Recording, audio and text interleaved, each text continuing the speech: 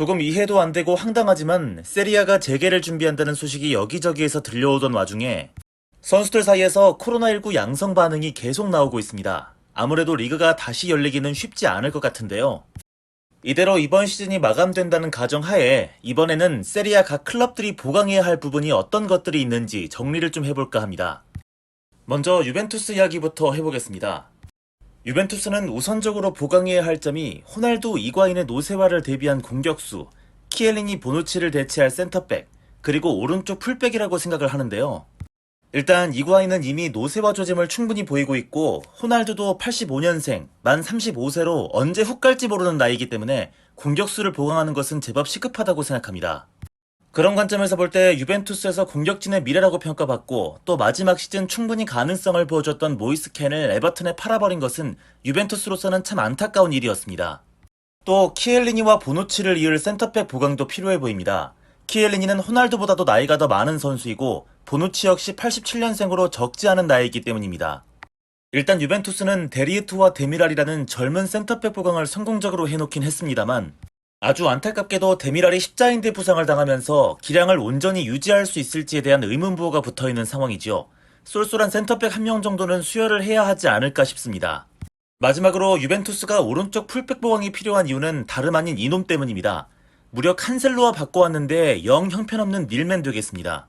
일단 이번 시즌은 쿼드라도를 오른쪽 풀백으로 쓰면서 대충 자리를 메워왔는데요.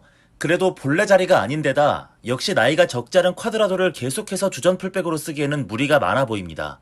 다음은 이번 시즌 놀라운 반전을 냈던 라치오입니다. 놀라운 성적을 냈던 팀이기 때문에 보강이 필요한 점을 찾기가 힘들었는데요. 굳이 뽑자면 룰리치를 대체할 정도의 왼쪽 윙백, 그리고 챔피언스리그 진출이 거의 확정적이기 때문에 스쿼드 뎁스를 늘릴 필요가 있어 보입니다. 일단 세나드 룰리치는 이번 시즌 역시 라치오의 왼쪽 윙백으로서 많은 플레이 타임을 소화했습니다. 라치오에서는 절대 없어서는 안 될 귀중한 선수라고 할 수 있겠는데요. 문제는 이 선수가 이제 적지 않은 나이라는 겁니다. 86년생인데 언제까지 윙백 한 자리에 이 선수를 메인 플랜으로 여길 수는 없을 겁니다. 이번 시즌 라치오는 왼쪽 윙백으로 스페인에서 조니를 데려오긴 했습니다만 아직까지 주전을 차지할 정도의 확신은 보여주지 못하고 있습니다. 또 라치오는 스쿼드 뎁스도 사실 심각한 수준입니다. 현재 1군에 등록된 라치오 선수들 몇 년을 보시면 주전급 선수를 제외하고는 대부분이 가용하기 힘들 정도 수준의 선수들입니다. 이번 시즌 리그에서는 우승 포스를 보여주던 라치오지만 유로파 리그에서는 64강 조별리그에서 광탈할 정도로 성적이 나빴는데 저는 부족한 스쿼드 뎁스 탓이 크다고 생각합니다. 그렇기 때문에 다음 시즌 챔피언스 리그를 나가게 된다면 전체적으로 스쿼드 뎁스를 보강할 필요가 있겠죠. 안 그러면 또 망신당할 겁니다. 그리고 다음은 인테르 이야기로 넘어갑니다. 리그 3위 팀 치고는 보강할 부분이 참 많은데요. 우선 당연하게도 윙백 영입을 다시 해야 합니다. 그리고 한다노비치의 대체자도 슬슬 구해야 할 시기가 됐고요. 고딘이 방출되는 것이 기정사실화됐기 때문에 센터백 보강도 필수적으로 해야 하겠습니다. 마지막으로 백업 공격수 역시 필요한 상황이죠. 이제는 얘기하기도 민망할 정도로 말을 참 많이 했습니다. 인테르가 이번 시즌 야심차게 영입한 두 윙백, 비라기와 라자로 모조리 망했지요. 다시 영입해야 됩니다. 설마 다음 시즌에도 모제스와 영을 메인으로 쓰는 삽질은 안 하길 바랄 뿐입니다.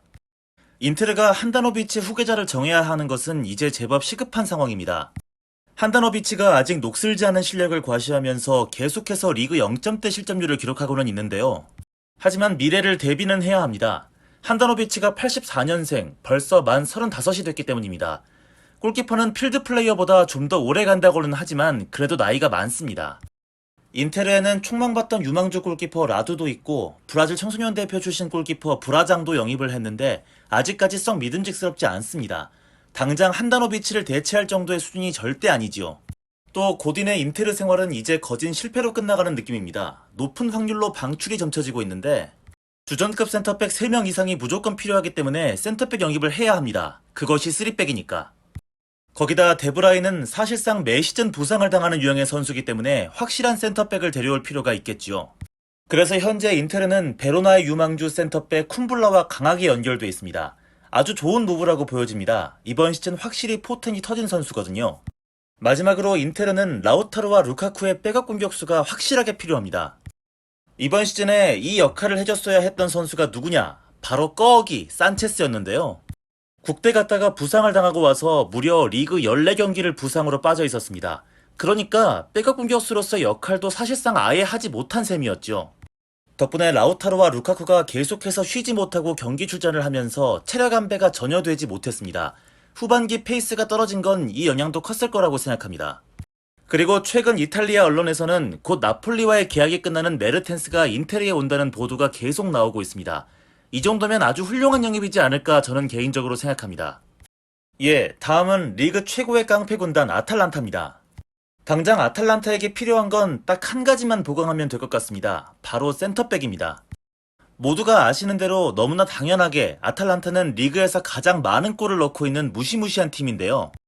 다른 상위권 팀들과 비교해볼 때 실점이 제법 많다는 단점이 있습니다. 그리고 그 원인은 센터백의 클래스가 떨어진다는 데 있다고 봅니다. 이름만 들어도 화려한 공격진에 비해 톨로이, 팔로미노, 짐시티로 구성되는 센터백 라인은 확실히 무게감이 확 떨어지지요. 거기다 백업 센터백은 밀란에서 십자인대만 2번을 다치고 폼이 최악으로 내려간 칼다라입니다. 저는 모든 프로스포츠 구단은 최종 목표가 우승이어야 한다고 생각합니다. 그것이 프로팀이 있는 이유니까요. 그렇기 때문에 똑같이 88년생으로 제법 나이가 많은 일리치치와 구메즈가 더 나이를 먹기 전에 아탈란타는 우승을 노려야 한다고 생각하는데요. 그런 점에서 저는 이 센터백 라인에 조금만 돈을 부어주면 아탈란타가 충분히 우승도 가능하다고 생각합니다. 다음은 AS 로마 이야기를 해보죠. 제가 생각하는 로마의 보강할 점은 여러 가지가 있는데요. 우선은 제코의 후계자가 될 만한 좋은 공격수 영입이 아주 절실하게 필요해 보입니다. 또 콜라로프의 후계자도 반드시 데려와야 하겠고요. 마지막으로 센터백 영입도 해야만 하겠습니다. 사실 로마는요, 없는 살림에 거금을 들여 산 패트릭 쉬크가 망한 이후로 공격수 플랜이 완전히 꼬여버렸다고 할 수 있습니다. 결국 제코가 광대뼈가 골절돼도 마스크를 쓰고 경기를 뛸 정도로 아직까지 제코 이외의 공격수가 전혀 없다 할 수 있는 상황까지 왔는데요. 문제는 제코가 점점 늙어간다는 겁니다. 이제 만으로 34세가 됐어요. 골은 아직까지 준수하게 뽑아주고 있지만 경기력도 점점 떨어져 갑니다. 좋은 공격수 영입 반드시 필요합니다. 혹시 돈 없다고 칼리니치 완전 영입하면 안 됩니다. 돈 없다고 아무거나 주워 먹으면 탈나요. 이거 잘못 먹으면 좆대거든. 로마는 콜라로프의 후계자 및 대체자도 확실하게 영입을 해야겠죠. 역시 제코 못지않게 나이가 많은 85년생의 콜라로프인데 이번 시즌 거의 전 경기를 뛰었습니다. 이건 현재 팀에 있는 풀백들 수준 탓이 큰데 스피나졸라는 부상을 잘 당하는 유형이기도 하지만 오른쪽 풀백 알바 갔다가 거의 주전급으로 뛰고 있고 산톤을 왼쪽으로 쓰지 말라는 교훈은 이미 인테르가 몇 년 동안 충분하게 증명했다고 봅니다. 그러니까 콜라로프 대신 쓸 왼쪽 풀백 자체가 없는 셈입니다. 마지막으로 로마가 센터백 영입을 해야 하는 이유는 바로 여기에 있습니다. 결국 스몰링 완전 영입이 실패로 돌아갈 가능성이 높아졌기 때문입니다. 예, 그리고 다음 순서는 AC 밀란입니다. 밀란의 보강할 점을 따지자면 무조건 이 얘기가 나올 수밖에 없을 텐데 감독입니다. 그리고 밀란은 공격수 보강도 필요하겠지요. 밀란에게 감독이 가장 우선적인 보강점인 이유는 밀란 수뇌부가 미치지 않고서야 피올리를 계속 감독으로 끌고 갈 리가 없기 때문이겠죠. 밀란이 지난 시즌 나름대로 준수한 성적을 거두고도 이번 시즌을 아예 말아먹었던 것이 바로 지안팔로를 감독으로 선임했기 때문이라는 점을 고려하면 당연하게도 밀란은 좋은 감독을 구해오는 것이 무조건적인 선행 조건입니다. 또 밀란은 질라탄을 대체할 수 있는 공격수 영입이 아주 절실해 보입니다. 뭐 질라탄이 은퇴를 하느니 혹은 밀란을 떠나려 한다느니 하는 보도가 계속 나오고 있긴 한데 밀란에 남든 떠나든 공격수 영입은 무조건 해야 합니다. 우리나라 나이로 40살인 선수에게 한 시즌 주전 공격수를 통째로 맡길 수는 없는 노릇이지 않겠습니까? 그런 점에서 볼 때 밀란이 정말 야심차게 영입했던 피용택이 결국 망하고 팀을 떠나기까지 한 게 참 아쉬울 수밖에 없습니다. 기타 밀란의 보강할 점에 대해서는 할 수 있는 얘기가 없습니다. 밀란의 스쿼드 자체가 현재 혼돈 그 자체이기 때문입니다. 무슨 말이냐 하면 가투소가 감독일 때 밀란의 메인 전술은 4-3-3이었죠. 그리고 그 전술로 충분히 훌륭한 성과를 빚어냈었습니다. 그러다가 지안파올로가 감독으로 오면서 밀란의 메인 전술은 4-3-1-2로 바뀌었습니다. 그리고 그 전술 변화와 감독의 성향에 따라 스쿼드 구성이 맞춰지게 됐죠. 이후 피올리가 새 감독으로 오면서 다시 밀란의 메인 전술은 4-4-2로 변하게 됩니다. 그러면서 수소와 피용택이 떠나고 더 완벽하게 파케타가 전력에서 배제가 되죠. 즉 현재 밀란의 스쿼드는 4-3-3 전술을 쓰기에도 4-3-1-2 전술을 쓰기에도 4-4-2 전술을 쓰기에도 부족하고 애매한 스쿼드가 돼버린 겁니다. 그러니까 밀란의 보강할 점에 대해서 더 자세하게 얘기를 하려면 새 감독이 어떤 전술을 메인 전술로 쓸 것인지에 따라 달라지게 될 거라는 겁니다. 그래서 지금은 밀란에 필요한 부분이 감독과 공격수라고밖에 말을 못합니다. 그리고 다음은 피오렌티나를 좀 얘기해볼까요? 피오렌티나도 밀란과 거의 다를 바가 없습니다. 무조건적으로 보강해야 할 부분은 감독이겠죠. 따라서 보강할 점에 대해 많은 이야기를 할 수는 없겠으나 딱 필요한 한 가지 부분이 있다면 미드필더 뎁스를 늘리는 것이 필수로 보입니다. 역시 밀란의 피올리와 마찬가지로 피오렌티나 수뇌부가 대가리에 총 맞지 않고서야 이아키니를 계속 감독으로 둘 리는 없다고 여겨집니다. 반드시 좋은 감독을 데려와야겠죠. 하지만 어떤 감독이 오더라도 피오렌티나가 반드시 보강해야 할 점이 딱 하나 보이는데 미드필더 뎁스입니다. 주전급인 풀가르, 베나시, 카스트로빌리의 바데를 제외하고 나면 쓸만한 미드필더 자체가 없습니다. 그리고 피오렌티나가 더 높은 곳을 목표로 한다면 주전급 미드필더로서 베나시라는 선수 자체가 너무 클래스가 낮기도 합니다. 예, 그리고 이번 영상 마지막으로 다뤄볼 클럽은 바로 토리노입니다. 토리노가 무조건적으로 보강해야 할 부분, 두말할 것 없이 바로 센터백이겠죠. 제가 참 많이도 얘기했는데 이번 시즌 토리노 수비진의 호러쇼는 매번 새롭고 짜릿했습니다.